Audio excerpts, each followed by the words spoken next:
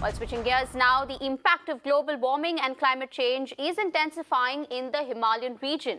In a reply in Lok Sabha, the government said that the glaciers in the Karakoram region are in a stable condition, but those feeding the Ganga and the Brahmaputra river basins are melting at a faster rate.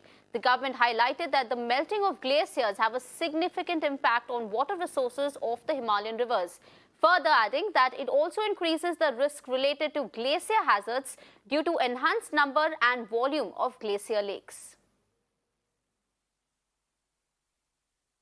So we're seeing ice sheets in the Himalayan region melting at a much faster rate. Of course, it's melting now faster than it was in the previous decade, where now even the government has admitted in its reply in the Lok Sabha that although the glaciers in Karakoram are in a stable condition, those glaciers that feed the Ganga and Brahmaputra river basins are impacted more.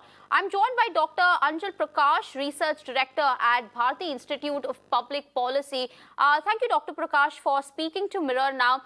So ice sheets are shrinking at a much faster rate now than ever before.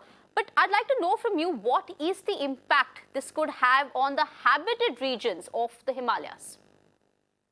Thank you so much. See, around 75% of the glaciers in the Himalayan regions are actually retreating, and that has been very alarming. What we actually thought that the climate modelers have actually told us initially that about 2/3 of the glaciers will be retreating by end of the century, but the recent IPCC report showed us that this rate is much faster than what it was before. So this is an alarming situation that we are in. The way it is impacting the region is there are about 32,000 odd glaciers, and these are the largest reserve of ice outside the polar region. So these are the fresh, ice, water in the form of ice that you see it in the glacier region, and that these glaciers actually feed into the major river basins of South Asia and Asia. So you have Ganges, Brahmaputra, you have Indus.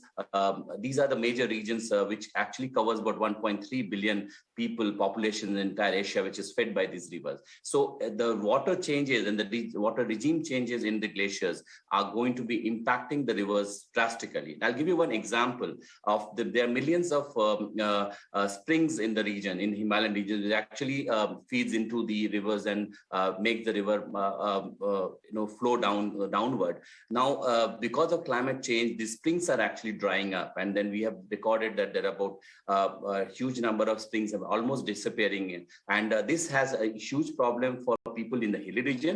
At the same time, people staying downward in the Tarai regions or in the Indo-Gangetic plain, they have huge problems because of declining glaciers. Right. Dr. Prakash, I'd also like to know, so there is no doubt that this is human caused, but what are the major human factors that contribute to this melting of the ice?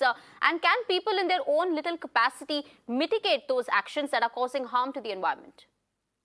See, global climate change is it's a global phenomena. So what happens in, say, US has huge glaciers in the Himalayan region. So countries have to come together to solve this problem. It is not one country's way in which we can solve it. Coming to the mitigation effort, what we can maximum do is to adapt to these situations, and that is also there's in the Himalayan region there's a limit to which we can also adapt. So what I would suggest is that the countries, at least the South Asian countries who host about 32,000 glaciers in the entire Himalayan region, about 8 countries, starting from Afghanistan, China, India, Pakistan, all the way to Myanmar, Bangladesh, they have to come together, and they are actually, they need to share the information. They also have to fix responsibilities in terms of how are we going to curb our own carbon emissions. So that is something that is a long-term mitigation measure. Short term, when people are actually going to be impacted, I would say that the climate resilient infrastructure in this region has to be made. Also, the forestation part has to be taken up. So deforestation has to completely stop. The water bodies has to be restored. There are other smaller changes that we can actually do, which will help people in combating climate change, and especially the decline of glaciers. That's right, Dr. Prakash, you made a very important point there. Of course, deforestation, cutting of trees has to stop, and also polluting of water bodies, where we see there's large-scale pollution in the rivers, especially like rivers like Ganga. Also, my last question to you is, do you think we recently saw in the COP26 climate summit where countries across the world have promised carbon emissions. You also spoke about carbon emissions. You spoke about net zero emissions. As far as India is concerned, do you think the Indian government is doing enough to mitigate the impact on the Himalayan glaciers? See, first of all, I mean, the Prime Minister Modi's announcement that we will be going net zero by 2070 itself is a laudable announcement, because at least, and these are voluntary commitment that India has made, and that India being one of the biggest economies in the region, I think this is a very good part for India to come forward and say that we are going to be net zero by 2070. We also have a right policies, so I am totally optimistic that changes are going to be very, very fast. What I am actually slightly concerned about is the changes on ground. I think the policies, we have one of the best policies we have, but we also need to have infrastructure to deliver those policies. At this moment, climate change issues is a backyard issue for Ministry of Environment and Forest, and climate change is actually getting attached. I am arguing for a separate ministry for climate change, both at the central as well as the federal level, especially the state level, and they need to work in sync, because climate change is touching all our lives in be it women and child welfare, or say rural development or urban development. Every sector is touched by climate change. So we need to have a separate architecture for delivering these things on ground. There, I'm slightly concerned. I think the best of the policies that we have, we need to get into implementation.